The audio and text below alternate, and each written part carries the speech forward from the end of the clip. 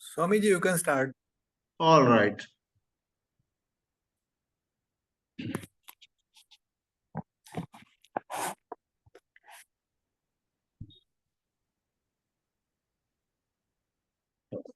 Good evening, everyone. How are pleasure and fear related?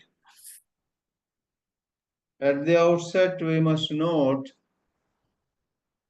that these words have been used by Krishnaji with tremendous care. While out in the world, people use these words attaching different meanings. Words like pleasure, love, joy, enjoyment, happiness, and like that are used rather loosely in the world and for right reasons. Sri J. Krishnamurti uses these words taking special caution. Therefore, it is worthwhile to say something about the meaning of pleasure as it applies to this evening's theme. There is certain happiness experienced when, let's say, we put a sweet into our mouth or we win a competition, we become the mayor of a city, our picture comes in the newspaper or these days in some media, there's some happiness experienced typically, and we do call it pleasure.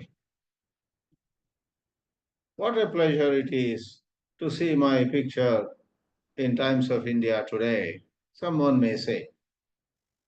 It seems to me that Krishnaji also accepts that meaning to an extent. But when he connects with tremendous insight, pleasure with fear, and goes on to say, are they not two sides of the same coin? It's not just the happiness or the enjoyment, but there is a clear hint that thought has interfered in the matter. Thought has got into the scenario. How does thought enter the scene? My picture appears on the front page, let us say, of Times of India, Mumbai edition, the commercial capital, probably the city with the maximum population in the country, or maybe Kolkata has more, but certainly it's a competitor, it's a contender for the largest number of people living in it. And in Mumbai edition of Times of India, my picture has come, let us say, my meaning anybody's. I'm constructing an example on the front page. So there may be a certain excitement seeing it. Thought comes in, if I have understood rightly, in this manner. The very next moment, the mind thinks, how nice it is to have my picture coming like this today in Times of India, and tomorrow if Hindustan Times brings the same news with my picture. Day after tomorrow, Indian Express. And if it comes in Washington Post or some London Times or something, this is thought in operation. Thought has been rightly called the response of memory. Whether I enjoyed a jalebi or enjoyed my picture coming in a prominent newspaper, or enjoyed sitting on a coveted chair even for a few days. As you know, some people become prime minister or chief minister just for 10 days. They come and sit on the chair, and within 10 days, so many people pull the legs of the chair, and on the 11th day, the person says goodbye. But, in any of these, after the enjoyment is over, thought pursues pleasure. What a pleasure it was when I sat on that chair, when so many cameras were clicking, reporters were keeping the microphone in front of me for a comment, for a reaction, and all that. This is where the movement of the self is involved. To be frank, my friends, I haven't fully understood this issue of pleasure and fear, but after some study and after some reflection, this is what I like to share with you. 2 cents of what I have understood. I'm very eager to hear other speakers among you, Harshad ji included. Shakti ji is here today. And in these discussions, it doesn't matter who has been for a very long time connected to these teachings. Anybody, even a newcomer, might come out with a wonderful insight. That's how the spirit has to be in these dialogues, as all of you know. In these dialogues, nobody whatsoever, whosoever has any authority, and therefore I am saying, whether it is Chidananda or Harshadji, Shaktiji, and many of you, some of you, probably Jain Sahab also had met Krishnaji, and I don't know. So all these things are secondary. The spirit of participating in this dialogue is to explore, forgetting all these secondary topics. Maybe what we thought we had understood gets exposed in this dialogue as a misunderstanding. Let's be ready for it. And maybe we thought we had never understood some topic. Suddenly, a certain understanding may dawn upon us. Let's hope for it. Anyway, coming back to the theme, once more admitting that I have a little difficulty with this topic, really speaking, I would all the same submit what I think it is all about, because the pursuit of pleasure, not pleasure itself, not enjoyment itself. There is a very nice saying by Krishnaji, the pursuit of pleasure is the movement of thought in time. That sentence seems to have a lot of meaning in it. I read once more. The pursuit of pleasure is the movement of thought in time. Whereas real happiness, real enjoyment is not in time, it's not a pursuit in thought. We just enjoy and that's it. Thought means carrying it in the process of memory, wanting it. And the very word pursuit, as all of you know, is to go behind it, hunting something. When will I have that pleasure again? When will I get to enjoy that sweet or that limelight where I stood for a while, and so on? If you understand the interference of thought in this matter of pleasure, and then it becomes a pursuit of pleasure, wanting it again, wanting in a certain way, certain setting, certain fashion. If you understand that part of it, thought getting involved in it, then we will understand its close connection with fear. Because where there is thought, there is fear. Where there is conjecture, where there is some imagination, you are going on a horse and smiling away.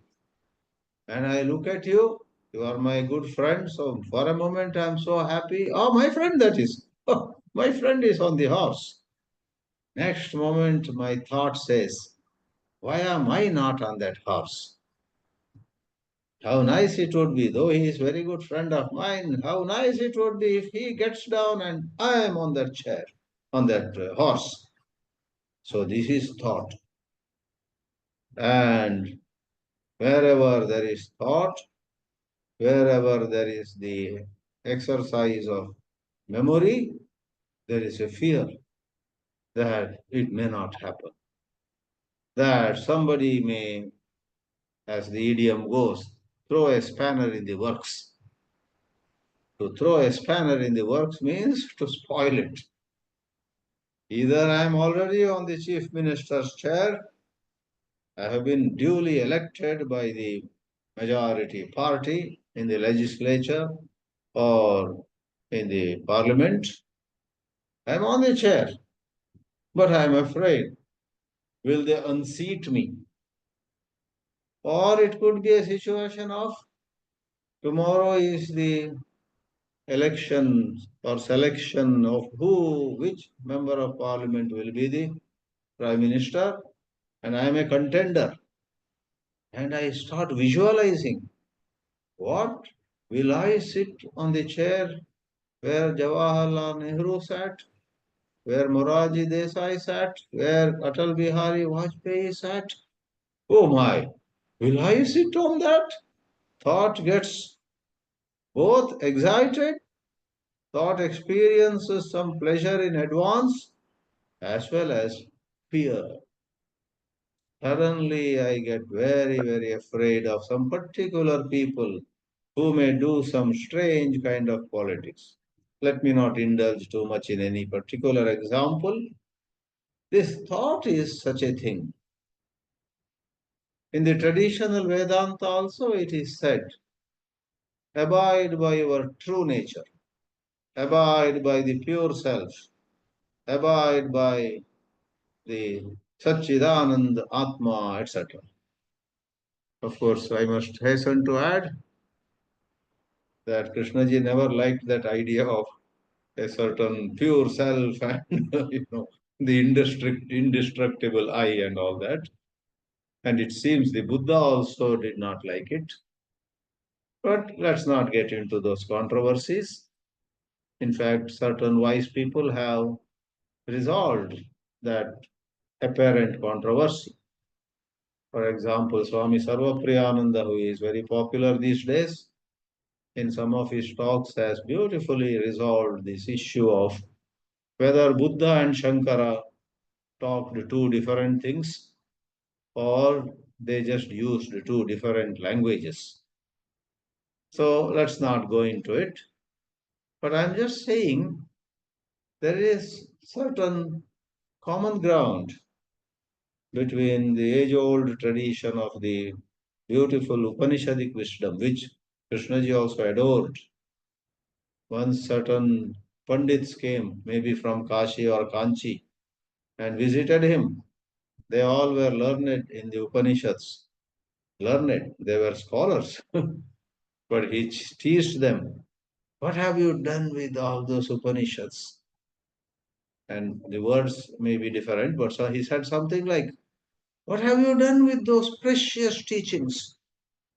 Just translated them from Sanskrit to Kannada, Sanskrit to Gujarati, Sanskrit to Punjabi, and just created more and more printed books and gone on giving lectures. He teased them, he chastised them. Stop just going through words and words. What do the Upanishads say? Those Pandits were quite embarrassed. He did not give them compliments. He did not say to one of the scholars, I have seen your book. Oh, on Brihadaranyaka Upanishad, you wrote a 2000-page book. Wow, what a great scholar you are. That's how this mad society does. The society is the blind following the blind. Suppose a scholar has just now returned after attending an international conference of many religions where he spoke on the Indian spiritual tradition. This mad society would make a hero of him. You just now came back from Paris, did you not? Oh, we watched you on the internet. What a wonderful speech you gave. Da da da. That's what they do. Leave aside this mad society. Somebody once said, do you know that Swamiji? The richest people of Bombay are with him. But there was a wise lady who said, oh, the richest people are behind him. That is more a, you know, disgrace to that Swami than a compliment, the wise lady said. Because it is generally believed that rich people, they are good in finance and in business. They are not, they are not necessarily, able to understand the subtleties of philosophy, subtleties of the spiritual wisdom. So if a particular Swami has a lot of rich and politically powerful people around him, it's more a disgrace to him, according to that wise lady. And I agree with her to an extent at least, if not fully. Yeah, you know, that's wonderful thing for her to say. Whereas if some true jidnasus, they may be poor, they may be unknown, but suppose there are a few people who really are pondering certain profound questions and they surround that Swami or that Lama or that Mullah or Maulana or that Christian Padri or that Sufi saint, whoever. Suppose some Jidnasu you understand, everybody knows. Jidnasu means someone who is eager to know the truth. They are surrounding such a teacher. That is grace. That is something to be valued. So the idea is thought values all this glitter and glamour. Thought takes pleasure in being recognized, in being adored. Whereas dying to thought, dying to memory, doesn't mean we lose common sense. In fact, Krishnaji had a tremendous sense of common sense. He was so alert, always so aware, so attentive, even as he is amidst people. Suppose somebody is about to make a mistake in a cup of coffee, the host is out of some nervousness maybe, about to put some salt instead of sugar. Krishnaji would be the first person. Hold on, what are you doing? That is salt. He was not somebody to be carried away by some praise, not in his own world, upon a cloud, nowhere. He was all the time attentive. That goes with so many true Mahatmas. Yes, they have so much to say, so much light they throw on philosophical issues. But in their real life, they are very quiet. It is called the silent mind. To have a silent mind which notices even simple things and takes delight, and next moment dies to it. Dying is not in a bad sense. Next moment moves on. A little girl comes and, you know, presents a little piece of dance. The one with a silent mind thoroughly enjoys that little dance and then moves on. There is no question of, oh, I'm so proud. That is a grandchild of my own brother, you see. My brother's grandchild. I'm also her grandmother, grandfather, therefore. This I, my, etc. do not have any grip. When they do have a grip, to say a few words and conclude, when memories, when ideas of status, when ideas of reflected glory linger on in our mind, and we want to relive that pleasure, then there is also fear. What is reliving a certain moment of thought created glory, greatness? Let's say a celebrity comes to your town and somebody offers him a rose, and a few of you are around him or her. And then that celebrity, whether of politics or cinema, sports or some other field,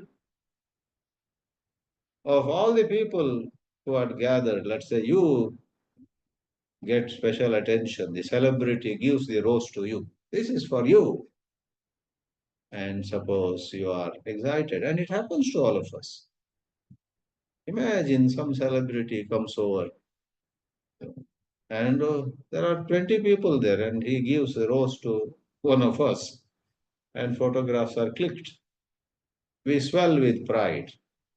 And next time in another city, again I am with the, the same celebrity coming over. Again he lifts a rose, and my heart beats faster. Will he give it to me this time also? And there's a fear. No, looks like he's going to give to this very young, pretty lady next to me. And he does that. He gives the rose to that pretty young lady, and then I feel disappointed. Doesn't our mind play all these games? Therefore, in a wide range of scenarios, it's one thing to enjoy beauty, enjoy something fabulous, something very artistic, something creative. Doesn't have to be necessarily that which society calls beautiful. This mad society has its own yardsticks to call something beautiful. So beauty also gets that way connected to this topic of pleasure, enjoyment, joy, happiness, etc. But there is something beautiful which makes us happy, and we move on. Our mind does not create images. It doesn't pursue particular pleasure, particular image. It doesn't cling to any particular image, doesn't hug a particular image tightly. It lets go of images that accumulate. Otherwise, they accumulate. In this mind, they fall off. So, once more admitting that this is a bit of a tough topic, at least for me, I have attempted to share with you what I sort of understood in this. Pleasure and fear, driven by thought, are two sides of the same coin. The moment we are seeking pleasure, pursuing pleasure, we cannot but be afraid. And when we are afraid, there is hope, there is desire. So all of them like are the facets of the same entity. Therefore, we use the well-known idiomatic phrase, two sides of the same coin. Let me pause here. Thank you. May I request Harshad Parekh, sir? Thanks a lot, Chidanandji, for giving such a wonderful Yeah. For insight. zone side. Yeah. Are you able to hear my Yeah. voice? Yeah, very well, sir. Very well. Yeah. Thank you, Swamiji. You spoke about pleasure, but did not connect it much with the fear. So when this topic came to me, then I was thinking that two sides of the same coin, it means wherever the coin goes, both sides are together. So, are there situations in our life, a human life, where pleasure and fear are together?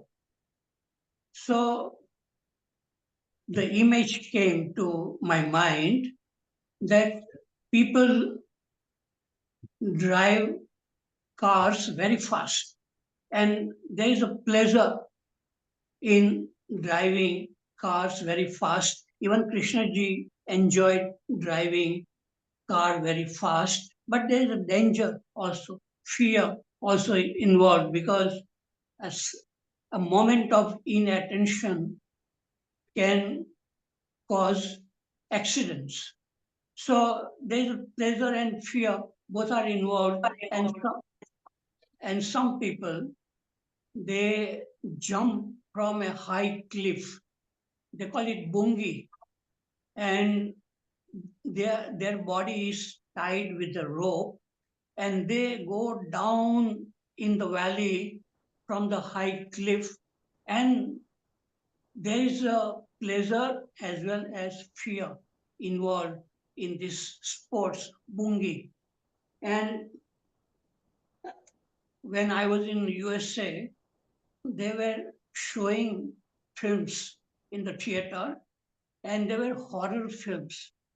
And the advertise they were giving of these horror films is that you will love to be scared to death watching this film.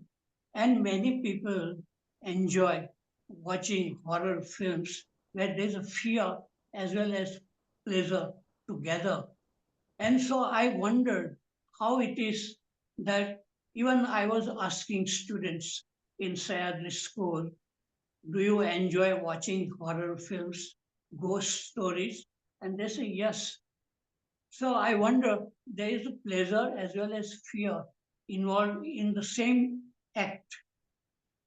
And of course, Krishnaji said pleasure and fear are two sides of the same coin, but he did not connect much. He then introduced other words like love and death and all that.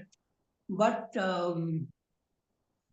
this sentence, that pleasure and fear are two sides of the same coin, that made me think, are there any action in which both are involved simultaneously, So, of course, pleasures, wonderful to have pleasures. We have pleasure of eating, drinking, listening to music, smoking, drugs. They are also, I don't do it, smoking and drugs, but people get pleasure out of smoking, and then they get addicted, and then they suffer later on, because very difficult to get rid of addictions like smoking and drinking.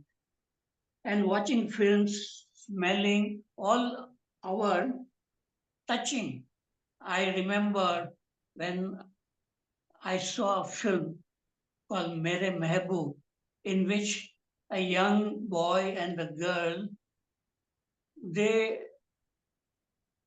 are in a situation very close to each other, and they collide out of unawareness, and the books fell on the ground of this girl's books, and the boy is helping the girl to collect the books.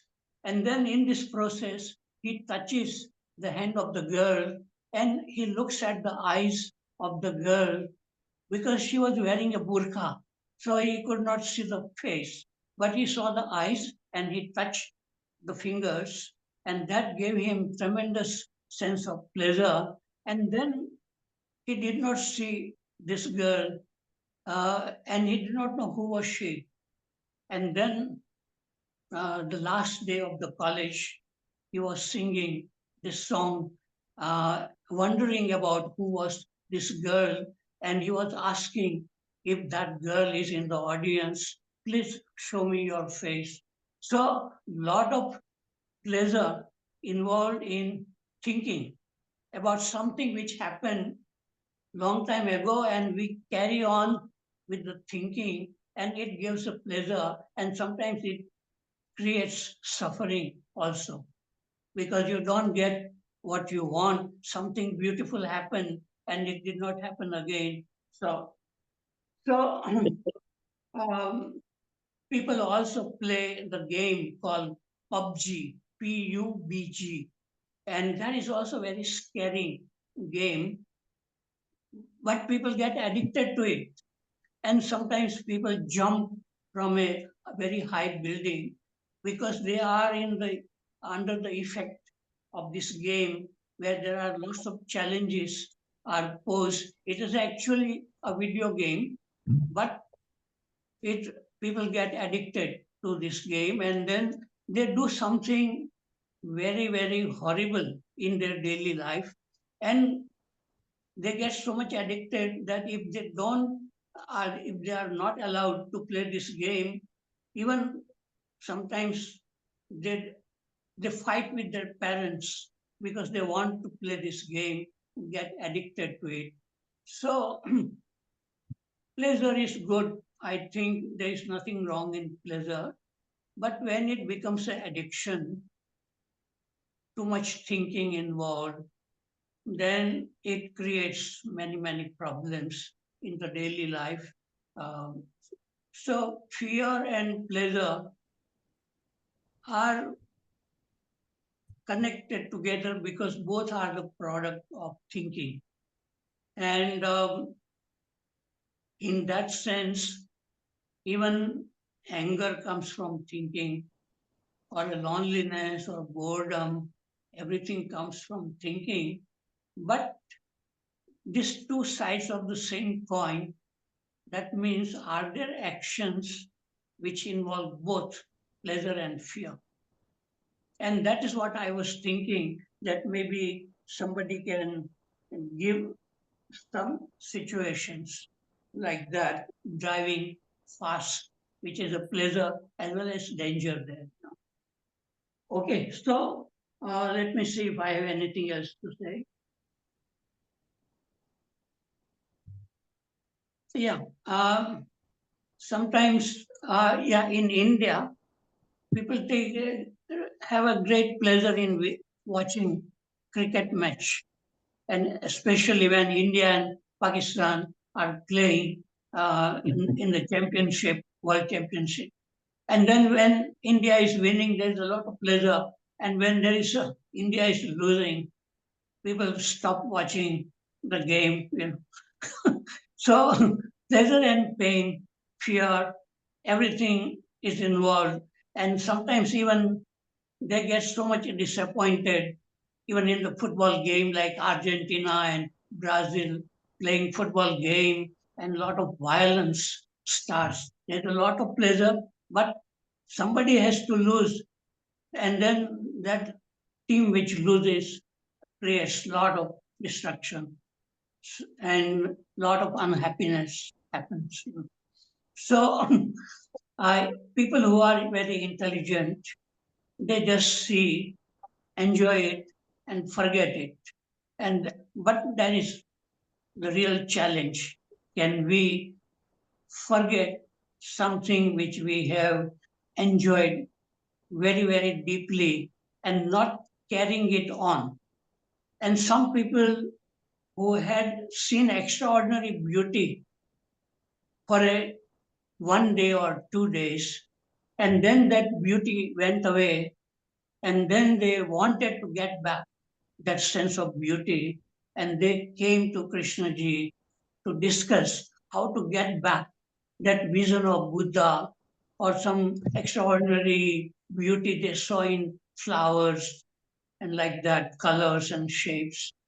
So the real beauty, happiness, it comes when you are not thinking about it. But when you start thinking about it and want it back, you don't get it. You go into more and more suffering, and you create many problems. So this is a challenge for all of us, whether we can enjoy looking at a tree or a flower or a face of a human being and not carry it on and desire to see it again. So this is what I have to say right now. Thank you very much. Beautiful.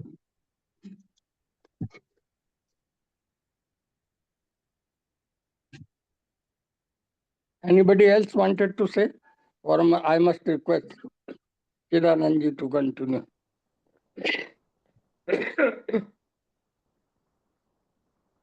Oh, you want me to say something again? Yeah, please. Oh, I will just say two sentences, but I'll come later. I'm here till 7:20 or so. So, yeah, I truly appreciate Harshadji pointing out the scenario of fear and how people enjoy horror movies. People enjoy diving from great height to edge of a cliff over to the bottom, of course, with some way up where they don't hit the ground and die. But that scary situation. So, how complex our mind is. And yes, so in fear there is pleasure, and in pleasure there is fear. So we need to examine this more. At this moment, I'll just say this much. I'll hear a little more from others.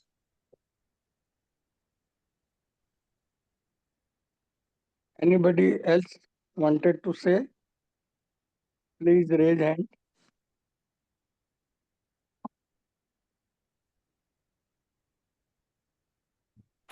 Pradeep ji. Shakti ji? Pradeep ji is there. Okay. Great. Pradeep ji, please continue. Am I audible, sir? Yes. Very audible. Okay, thank you. Well, most of it has been covered, but the word has been used, the same coin. And that coin is, what is that coin? We all love coin. We all love coins. We hardly deny it. At some level, even any seer or even JK has allowed in a way that is correct. Up to that time, that coin self is correct. And this fear and thought, they are definitely related. And anything, and the first thing is what makes it fearful is attachment. Attachment that is really again related to the self. Self, within no time, the moment we see something, within seconds, it becomes a thought. Within seconds, it becomes a thought. And pleasure, whether it gives pleasure or not, this is all related to my likes and dislikes. So the topic, although it is presented as if only two things are there, fear, other side of the fear means other side of the self, which is highly conditioned, gets conditioned within seconds, association with the conditionings or likes and dislikes. So this is definitely a very complicated affair. When we discuss about it, it looks pretty easy, giving different examples, material examples mostly. We are associated with material more than anything else. Or even if spiritual, certain scriptures or anything like that. So if likes and dislikes, all these things are associated with the self, and self is always of the past. So within seconds, what happens is the drama. I know that once at that moment, whether when you are fearful, when you are in a nightmare, when you are actually, you know that you are afraid of something, and this thought comes that this is a thought, a fraction of a second, and this has happened with me. The moment you realize that moment, fraction of a second, whatever the time frame is, that this is a thought, then the fear goes out. This is my experience with this. Otherwise, it's pretty clear that pleasure, which is time bound, self, which is time bound, past, which everything, and everything is changing, including the observer with its conditionings. So it seems simple giving these examples broadly, big examples, but fear remains. Fear remains. And this is the best time to understand fear, when everybody is in a fear. You see, the moment Trump came, fear of losing America, fear of losing that money, fear of losing this thing, war around. So those fears, though, appear to be not related to you directly, but are there in subconscious. Everything is those impressions, those news items, everything gets in the memory, and memory is again the past. So it sounds very good, freedom from the past, and choiceless awareness, and the awareness, but and the time, which is all the time present becoming past, past thinking of future. All those things are in fraction of a second. So that makes it's not very easy. It's somehow that feeling that it's a thought. There is not that a ghost is not there. Right now it is not there. It's a thought. One comes out of that. That's all, my friends. This is all what I have experienced, what I have understood. Thank you very much. Thank you very much. Thanks. Shakti ji, please. Shakti ji, please. जी कृष्णमूर्ति ने दो शब्द प्रयोग किए, Joy और pleasure. और Joy जो कोई वास्तविक घटना है, उससे जो हमें आनंद होता है, चाहे वो किसी मित्र से मिलना हो, चाहे कोई अपना मनपसंद खाना हो, या किसी प्राकृतिक दृश्य को देखना हो, तो उसमें हम अपने आप भीतर एक सेंसेशन महसूस करते हैं, जिसको हम जॉय कहते हैं। उसमें थॉट की कोई भूमिका नहीं। लेकिन प्लेजर की जब कृष्णमूर्ति बात करते हैं, तो उसमें थॉट का रोल है। कोई जॉय था हमारे जीवन में कुछ क्षणों के लिए, और उसके बाद जब वो जॉय नहीं है, तो हम उसके बारे में या तो कल्पना करते हैं या उसका स्मरण करते हैं, उसको रिमेम्बर करते हैं। तो वो जो प्रोसेस है, और उससे जो हम एक आर्टिफिशियल सेंसेशन क्रिएट करते हैं, उसको कृष्णमूर्ति ने प्लेजर कहा। और जो फियर है, वो भी थॉट से आ रहा है। एक तो वो फियर है जो इवेंट से आ रहा है, हमने कोई सांप देखा, कुछ ऐसी घटना हुई जिसकी वजह से हमें डर हो रहा है, तो वो एक बायोलॉजिकल फियर है। और नहीं तो ज्यादातर जो फियर हैं, वो मैं सोचता हूँ कि कहीं ऐसा ना हो जाए या ऐसा हुआ था, उससे वो आते हैं। तो दोनों का जो साइकोलॉजिकल फियर है और जो प्लेजर है, दोनों का मैकेनिज्म एक ही है, थॉट से कनेक्टेड। तो एक जगह कृष्णमूर्ति ने यह भी कहा है कि अगर ये प्रिंसिपल ऑफ प्लेजर अगर ये समझ में आ जाता है, तो फिर हमारे जीवन में एक अलग किस्म का जॉय समय समय पर हमारे भीतर प्रकट होता है, जिसका कोई कारण नहीं होता। ऐसा उन्होंने एक जगह पे कहा है। तो उस हिसाब से जो प्लेजर का परस्यूट है, वो वास्तविक जॉय में ब्लॉक बन जाता है। और जो फियर है, अगर हम तो थॉट से आने वाला फियर है, उसको समझ सकें, उसको ऑब्जर्व कर सके, तो फिर कृष्णमूर्ति कहते हैं कि फिर जो बायोलॉजिकल फियर है उससे कैसे डील करना है वो आपको बिल्कुल स्पष्ट होता है।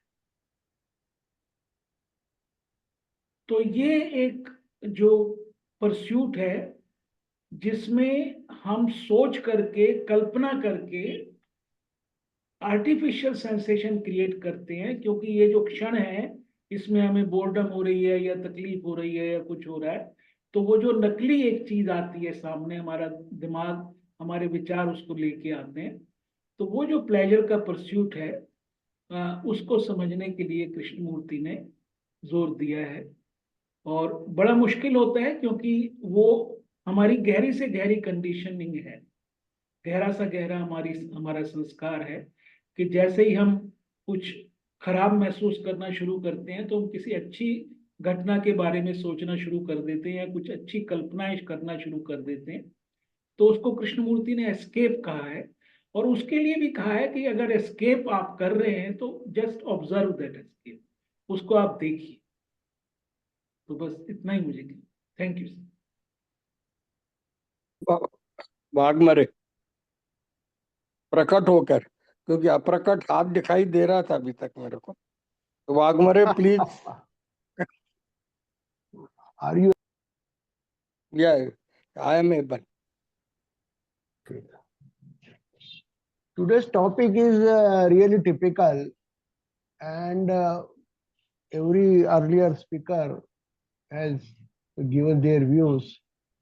They have also clarified what is pleasure and fear to some extent. And particularly when I go into this subject, I found that Krishnamurti has used many words in this. And then he said they all are related. So before coming to the exact, to the point of the subject, let us see how many words he has used, and then we will move further. Fear, we already know, he says dependence on things, on people or ideas breeds fear. He also says sensitivity and dependence, the two sides often go together, and to depend on another is to fear losing him.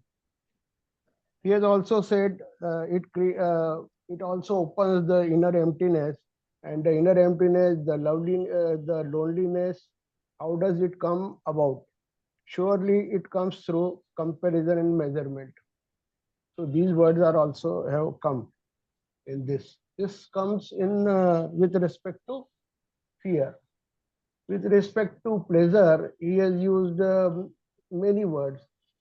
And he has also explained about joy and pleasure, as Shakti ji said very clearly, explained very well, that joy is actually which comes all of a sudden, and pleasure is actually when you remember something and you want to repeat it, then the pleasure comes. But as JK has left one word, that is bliss. So bliss is another level, another level of we can say that joy or pleasure, and this bliss normally is a matter of experience. It cannot be explained in terms of simple words or thought. Anyway, so relationship between joy and pleasure. Joy comes unexpectedly, not invited. That which is invited is a pleasure, as thought in time. So time has also used his word as a word.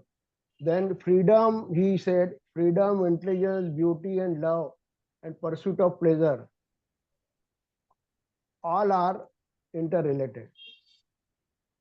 They are not separate things. He said they are not separate things. So ultimately we come to a point where he says, so one has to understand, if you are going to understand and to be free of fear, one must also understand pleasure, because they are both interrelated, he said. And so to understand fear, one must also examine the nature of pleasure, right? If you don't have pleasure tomorrow, you are going to be afraid, right? You are going to be frustrated. You have had pleasure yesterday, and if you do not get it tomorrow, you get angry, you become hysterical, which is a form of fear. So fear and pleasure are the two sides of coin, he said. But in my views, I don't fully agree with JK. I also thought that he has just, while speaking, he has just used this word, that fear and pleasure are the two sides of coin. Why he said? Because he has also explained thoughts in which in that particular while speaking, he has also used main center of creation of fear and pleasure as thought. So thought, while he was explaining, he has used this line. But otherwise, if you see, in my views, fear and fragmented love can be two sides of a coin, we can say. Or particularly, if we talk of love, then bliss and love can be two sides of a coin. Similarly, pleasure and pain or suffering, pleasure and pain or suffering can be two sides of a coin. Yes, one cannot be totally free unless he is free of fear as well as pleasure. This is true. But when we say pleasure and pain,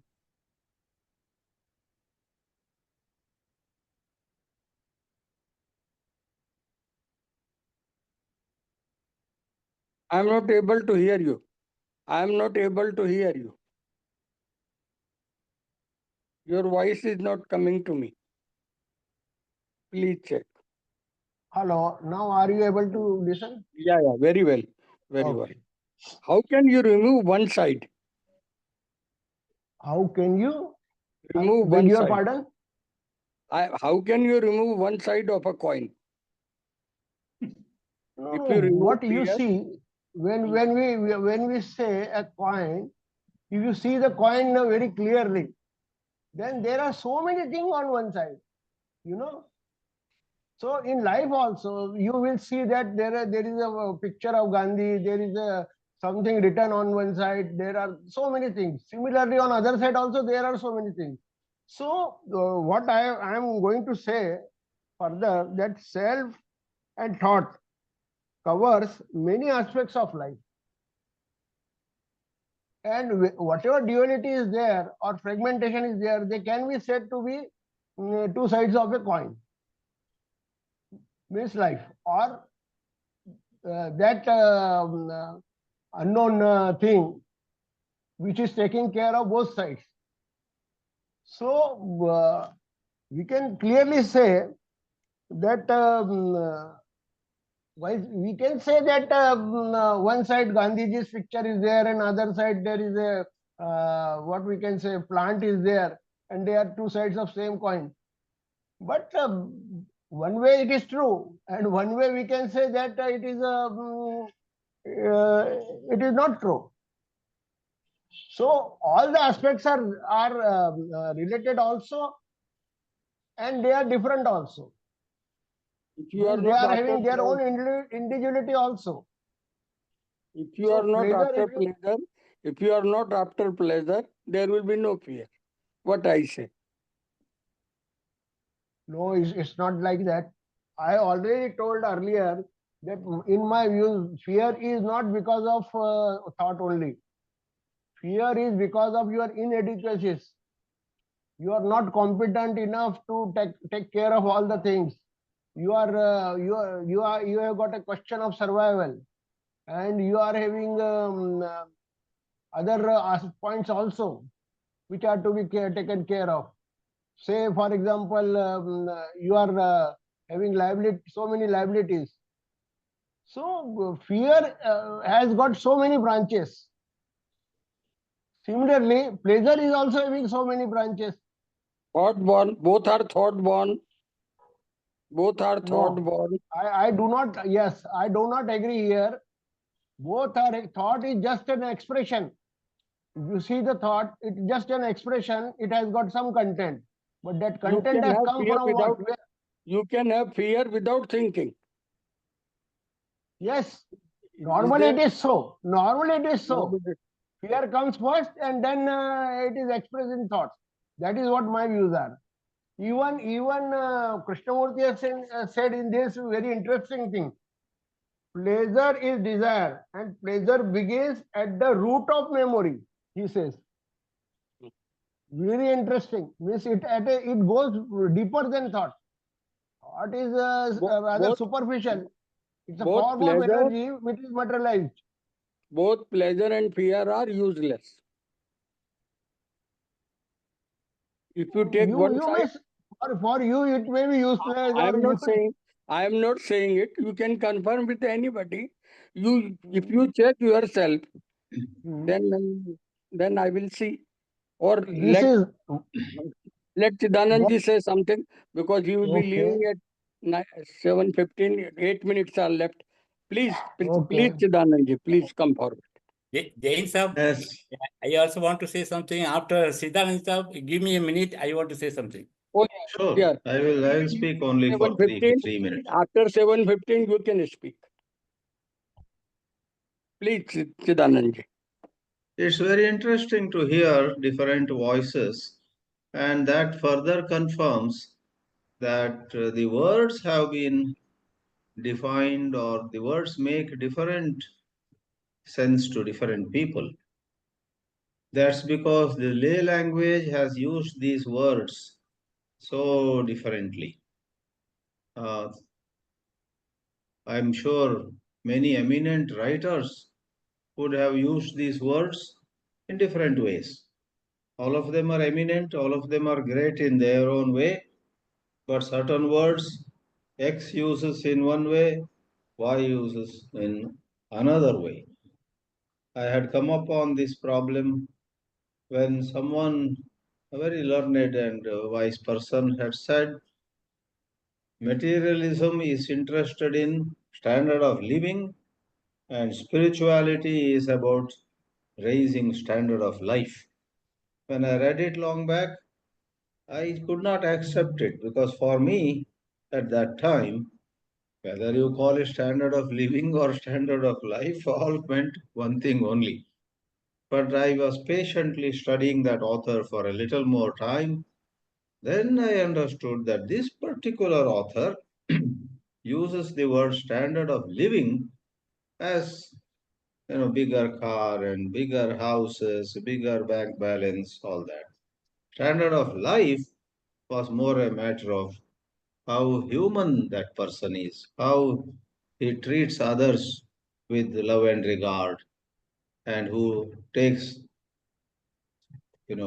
honor, insult, etc., with certain balance.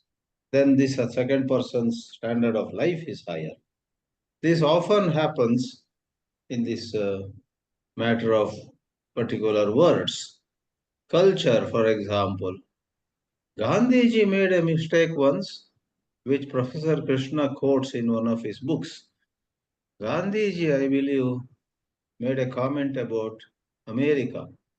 In one of his speeches, Gandhiji says, the American culture, he pauses and then says, I wonder if they have any culture at all, and then continues. So that's a very insulting remark Gandhi made on United States of America.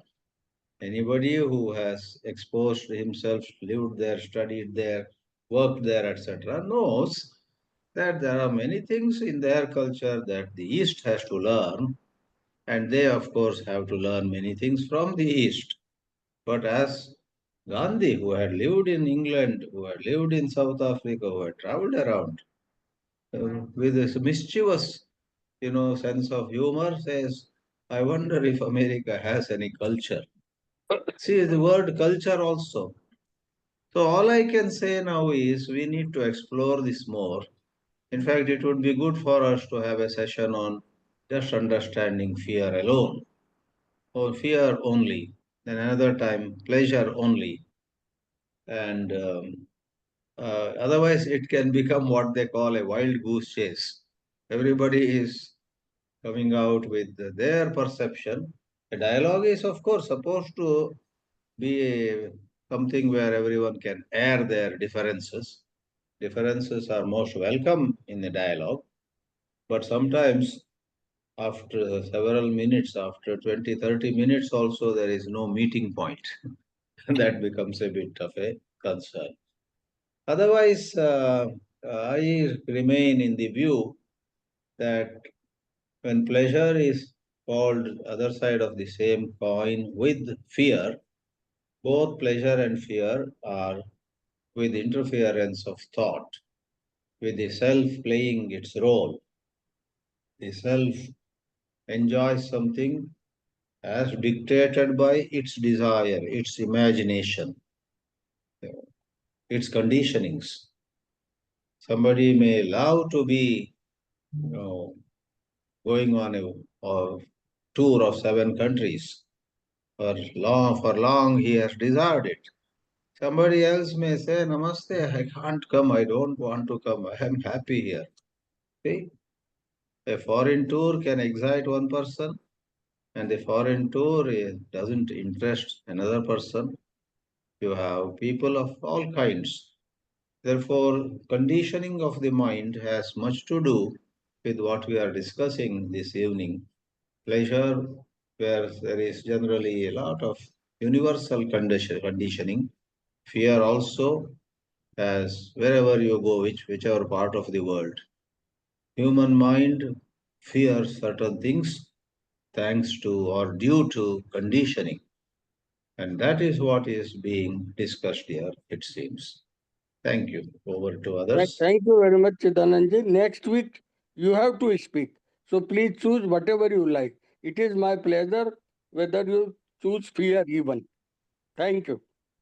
Can Do I you ask have pleasure? You have to Can speak. I ask a question to Chidanand Swami sir? He has Please to ask. leave. He has to No, leave. you may ask. I will answer in 2 sentences. Sir, I have to allow Rajendran sir also. Okay.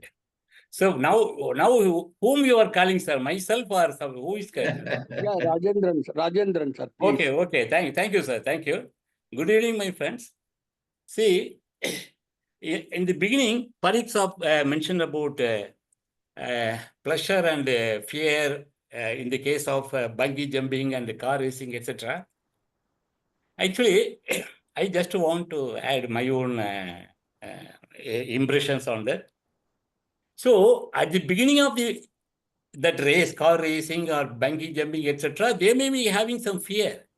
But once that whistle is blown, or gun is fired, shot is fired, there won't be any fear.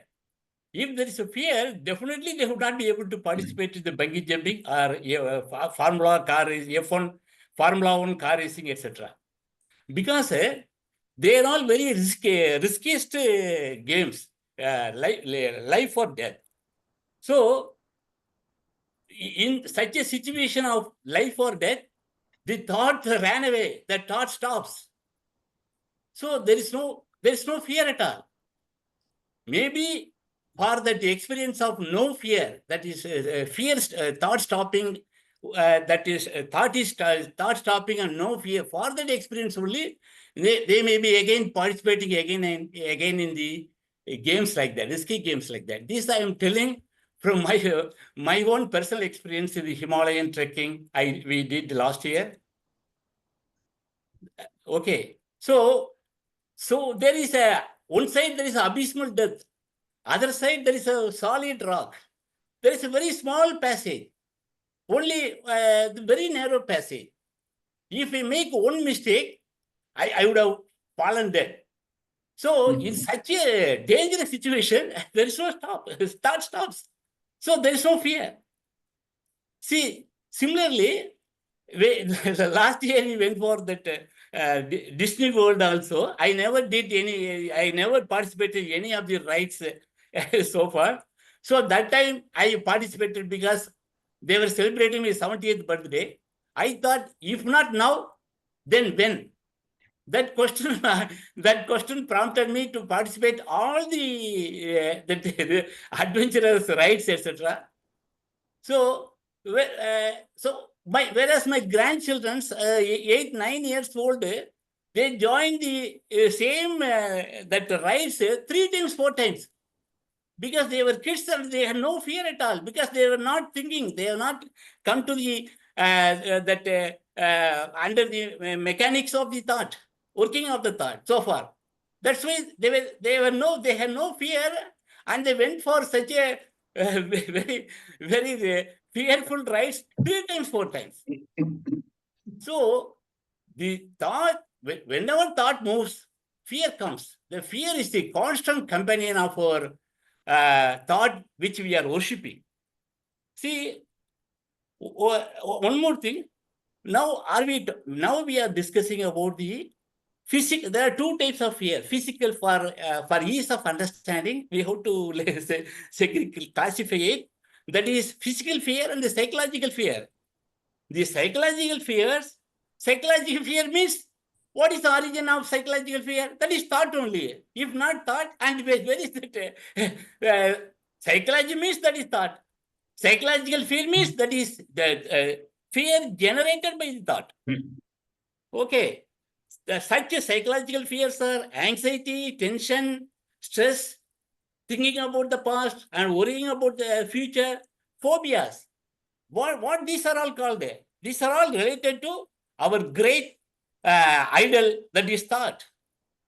See, physical fear, suppose if it touches the fire, our fingers will be burnt. That is a physical fear. If somebody threatens with violence, threatens of violence with fear, fire means, then because we already burnt our fingers and we will be fear. That is a different kind of fear. What we are discussing about is only purely psychological fear. Psychological fear, the origin is thought only. Okay, thank you, sir. Thank you. Thank you very much. Waghmare, now please continue. Yeah. I just wanted to ask Swamiji first, and then I would also, if you allow me, to Rajendran. But first, Swami sir. Swamiji, can we also say then, if you accept today's subject, then can we also say that pain and suffering, frustration or disturbance or disorder, one side, and courage, bravado, confidence, other side, they are 2 sides of same coin? Means opposites of today's this thing are also the 2 sides of the same coin? Because in polarity, you have to consider both this thing aspects.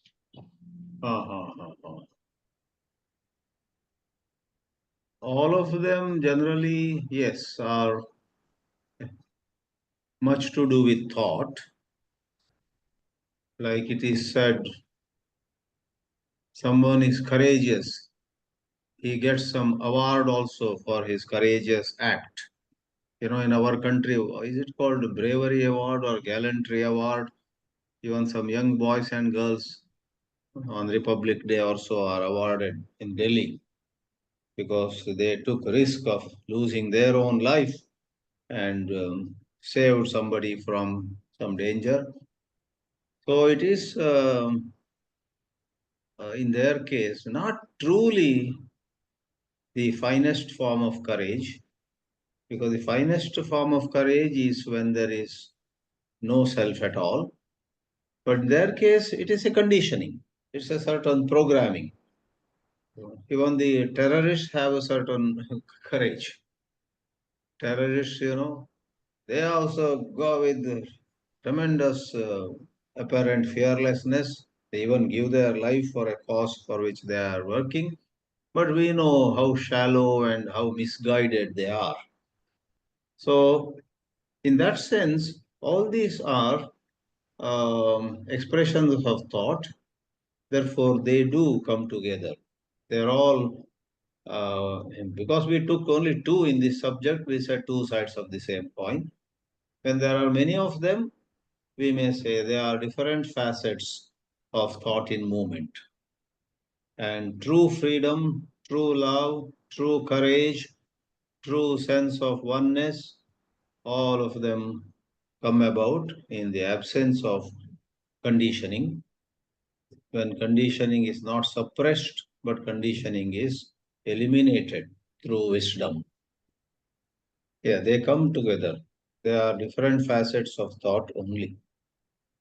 Is my opinion at this moment. Sir, please, Thank you. please leave the meeting. It is already Yes. 7:21. Correct. Please. I need to get ready for some other online event. Thank you. Namaste. I have got a Yes. story.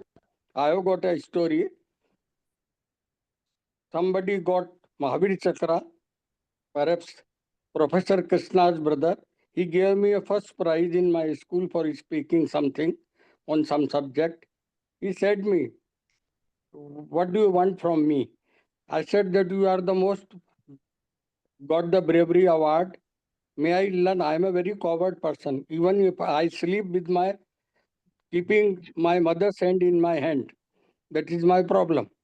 He said, I am more coward than you. It is the only training which makes me brave. This was his statement. Then I asked it from Professor Krishna.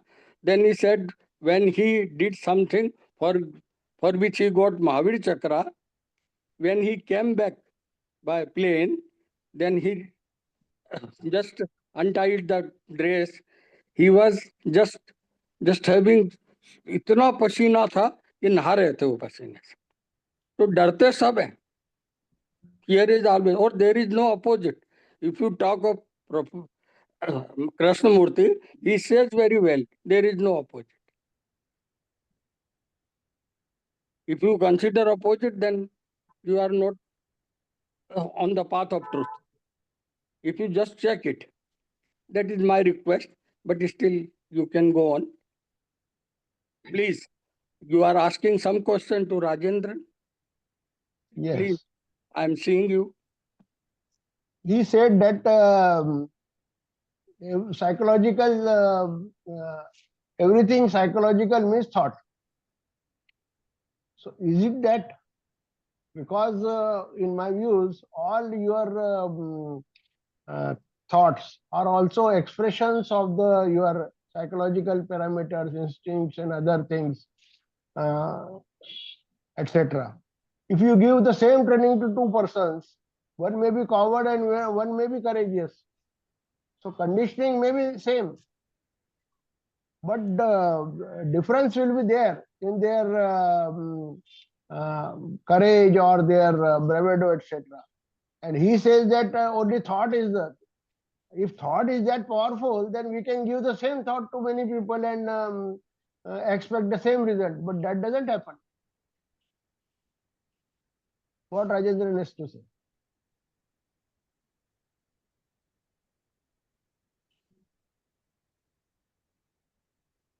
See, I have been telling from what I see, what I experienced. I just shared it with you. See, there is a storyteller in every one of us. There is a storyteller. So we are listening to the story, and I know. See, you are entitled to your own story. You create your own story. Everybody creates our own story and live in that world. So everybody is entitled to create the story and live there. What I told also may be a story from my side. So I have no right to prove I am right and you are wrong. Okay. Let us live in our respective world, but let us see from our own experience. There is no intelligence or no intellect or knowledge is required to see the truth. What I experienced, I just share it. That's all. Thank you. Sir, that's why I asked you question, because my son has also gone recently for the same this thing. I would tell you one thing: whosoever is young, more younger he is, more he is having no fears or less fears. If you tell Dinesh, him, one thing. I am not talking about the young age. I see my grandchildren, they were young. They went a very risky side 4 times. I was 70 years old, myself and my wife. We trekked the Himalayas in the risky. There also we ourselves seen. We were, because in a very risky place, there is no thought, there is no thought, it ran away. Thought stopped. So something else acted, and we were able to complete the trekking because so many people, strangers, they showed love and compassion, they helped us. And we were, so in that situation, when the thought stops, our core basic characteristics, that is love, compassion, and gratitude, they came up. So that gave us energy, and we were able to complete the trekking. That is my own experience I'm sharing. Okay. oh, thank you. That site is nothing to do with, I told the example of my grandchildren. So there was no thought, and they simply, they wanted the same ride 3 times, 4 times. I went with them 2nd time. So 3rd time I said, no, I cannot. So the information leads to fear. That is my experience. My son-in-law, while standing in the queue for that ride, he will be taking his mobile phone and watching the YouTube about that particular ride we are going. So that information knowledge made him scared. So without thinking, just myself and my daughter, we decided. So let us not think anything. We will just do it. So that's why we just did it without thinking. That's why we are able to complete all the 20-25 rides. So the thought creates fear. Thanks. Thank you. Thank you, Rajan. Thank May I you, thank you. request Harshad Parekh sir to say something conclusive on this topic? Please, Harshad sir. Yes. When I was in the Valley School, once I saw a panther at a distance of about 100 feet. And when I saw the panther also saw me. And we just looked at each other without, there was no thinking. And then the panther made some sound and went back. It did not go in the direction it wanted to go, but I continued in the same direction. And then the thinking started that I am going in the same direction in which the panther has gone. So fear comes when thinking comes. At the moment of looking, and this happened also in Sayadri school, at a very close distance, I saw a black panther and he saw me and went away. I had no even time to react. There was no fear. But later on, thinking comes and then there's kind of a fear. So this fear comes through thinking. And about the pleasure, I have seen old people in a dinner party. They were very much interested, take great pleasure in eating sweets. But they also had diabetes. But they could not stop eating sweet, and then they said, okay, we'll take an insulin injection so that there will be no problem. So I think, and also I'm surprised that I think it is written somewhere in Sanskrit literature that a camel eats thorns and its mouth bleeds, but it takes pleasure in eating thorn, though it damages. So many things which we do in our life, each does a damage, but somehow we cannot stop. Like people who get addicted to smoking or drinking, they know that it will not a good thing and yet cannot stop. So this pleasure is very strong in human beings. And the last thing which I like to say is that one can have pleasure, one can create an imagination of a beautiful thing, and one can really watch it with awareness, then there is no pain involved. Creating a beautiful a picture or a story, in that you are the one who is the author of that creation and you are fully aware. And there is a pleasure in creating something through imagination. And it doesn't create pain when there is a awareness. But when there is no awareness, clear seeing, then the pleasure takes over, becomes an addiction, and then it creates pain, fear, and all the problems. So I think I have finished right now. Thank you. Modak, now we can end it. Thanks for all participants.